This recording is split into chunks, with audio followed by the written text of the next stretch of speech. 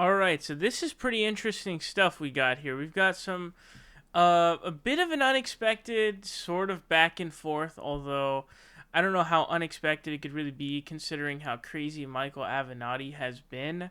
So, if you guys don't remember Michael Avenatti, he was the guy who was Stormy Daniels' lawyer in the case against Donald Trump. And, they had some victories, they had certain losses, and that's kind of how it went. He was hailed by the media for a while. He was looked at the guy to take down Donald Trump. And he also, and I don't know if he was the one who did this or if it was just other people speculating, although I think I remember a quote from him where he said that he might run for president of the United States. So, really clearly, really egotistical, out of touch, insane, narcissistic, complete lunatic is what he was. But Michael has been, for a while now, he's been getting into beefs with even like liberals. Like I've seen a liberal lawyer dude or something like that on Twitter who was getting into a beef with them, and he's just like, it's like, Tupac's Me Against the World. That's basically Michael right now, and he's obviously in some legal troubles, which we'll get into the details details of later on. So Kyle sent out a tweet. Okay, he said, "Very glad to see the media learn their lesson after Avenatti and will no longer prop up shameless narcissistic grifters because they're nominally anti-Trump." So this is actually a really, really good tweet. Okay, it's a really, really good description of what always seems to happen, and he attached a screenshot of a video from what's from MSNBC over on YouTube. It says Scaramucci calls Trump noble, and then he was slightly railing against him, and he's on Joyanne Reid's show. You guys know Joyanne Reid is the ultimate hack. He's the ultimate Hillary shill, the ultimate Democratic establishment shill. She's horrible. She's terrible. He's on her show, and there's a really weird sort of repairing of the image of certain Trump goons. Like, for example, Sean Spicer. He's apparently going to be on Dancing with the Stars for no apparent reason, which is really terrible. But, he's 100% right here.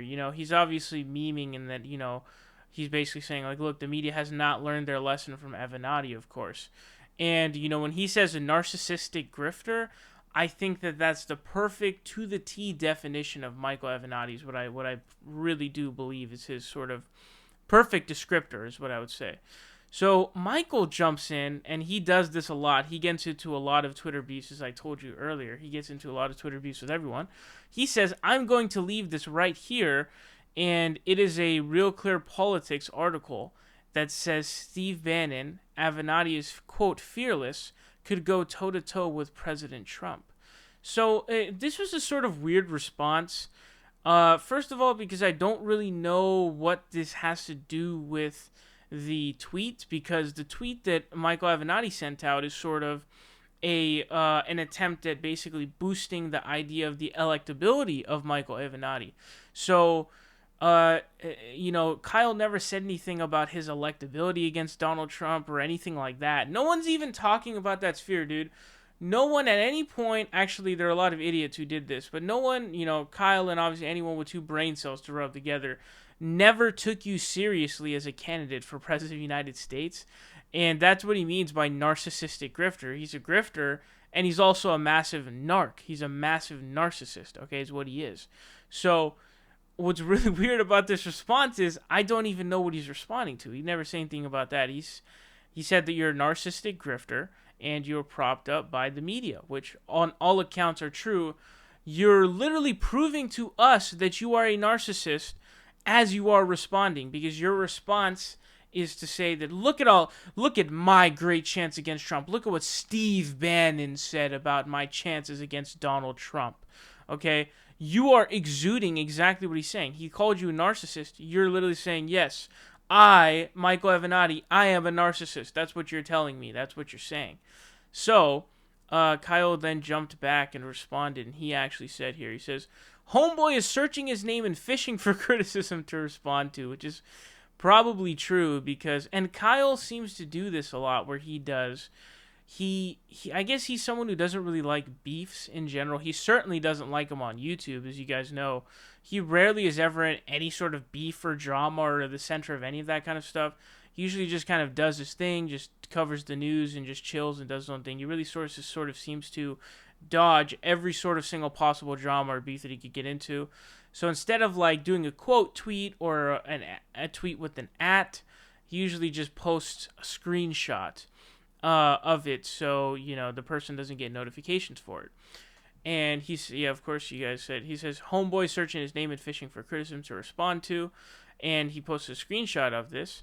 And Farron Cousins, actually, the host of The Ring of Fire, you guys probably know who Farron Cousins is. He says, can't quite put my finger on it, but there's something off about that Avenatti fella. And then, this is a DM screenshot from Michael Avenatti sent to Farron Cousins, where, he calls him a piece of S, a disgrace. He says, how can you call yourself a lawyer when you don't even believe in the presumption of it? Like, that's the weirdest part to me, the presumption of innocence thing. Like, dude, like, if there's a lot of evidence seen that you're guilty, people are going to assume that you're guilty. That's the thing. Like, I don't even know.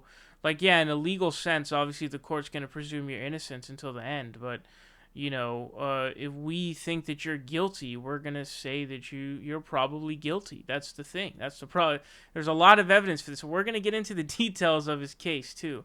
Okay, and he says, get off of my feed, which I doubt he's even on his feed. He says, you are a nobody and always will be. Again, narcissistic grifter. That's literally what this guy is. That's narcissistic as hell. You are a nobody and always will. You know what that reminds me of? That reminds me of Ben Shapiro when he went on BBC and he was like, no one knows you, everyone loves me. That's exactly what it says. And then he says, and your picture. I don't know why he's talking weird stuff. And then he actually also posted the tweet where he quote tweeted his question saying, could AOC win a statewide race, Michigan, Ohio, Wisconsin, Pennsylvania, or Florida? And Farron responds saying, yes, she can. The question is, should you be worried about can you win your trial for being a corrupt fraud who stole from his clients?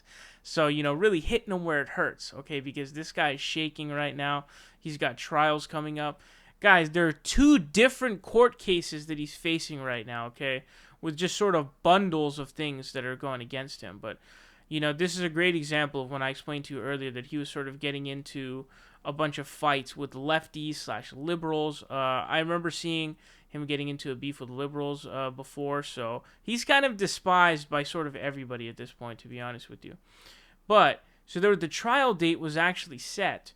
Now, I'm not sure which trial this actually is because, it looks like this one is for the one of the 2. So, basically, he's actually got 2 trials he's going to have to go to, is my understanding, because basically there's one bundle of charges against him, and then the other one will be the Nike extortion case, where basically Nike alleges that he tried to extort them for $25 million.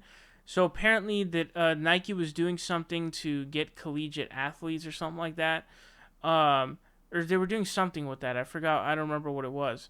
But instead of just going public with it, he tried to extort them. That's what's alleged here. Now, this other pack of stuff is really kind of crazy, to be honest with you. He's accused of embezzling from a client's $1.6 million legal settlement to cover personal expenses and buttress his troubled coffee business. That's pretty funny. Prosecutors are also accusing Avenatti of bank fraud, alleging that he gave a Mississippi bank fictitious personal tax returns to secure more than $4 million in business loans. The cruel irony for Michael Avenatti, not cruel for me or anybody else, who is any sort of, just, whatever. The cruel irony of this is that those are the same things that Donald Trump is guilty of. He embellished his properties. He did, to get, these loans. He committed bank fraud by saying, I've got this much money and, with his properties, but really he would lie about it, and then he would secure bank loans for things by inflating his numbers, which is bank fraud. That's serious stuff. So he's got all of that right there is all bundled up together, okay, is what it looks like. And the court date is set for May 19th, 2020. So, that's in a while, but, he's shaking, man. And also, he's also apparently...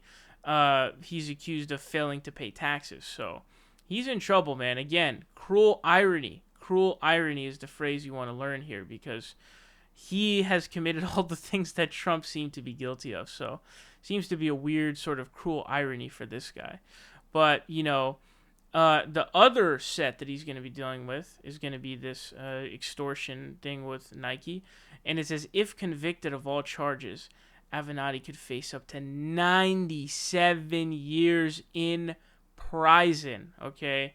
That is a lot of time. Okay? He's definitely not going to outlive that, obviously. But we'll see what ends up happening. It's rare for someone to be convicted on all charges. That's extremely rare, especially if you're gonna. It's really rare if you're to be given the max. Usually it's somewhere in the middle. He's not taking a plea deal. He's going to trial, so he doesn't really have the option for the plea deal.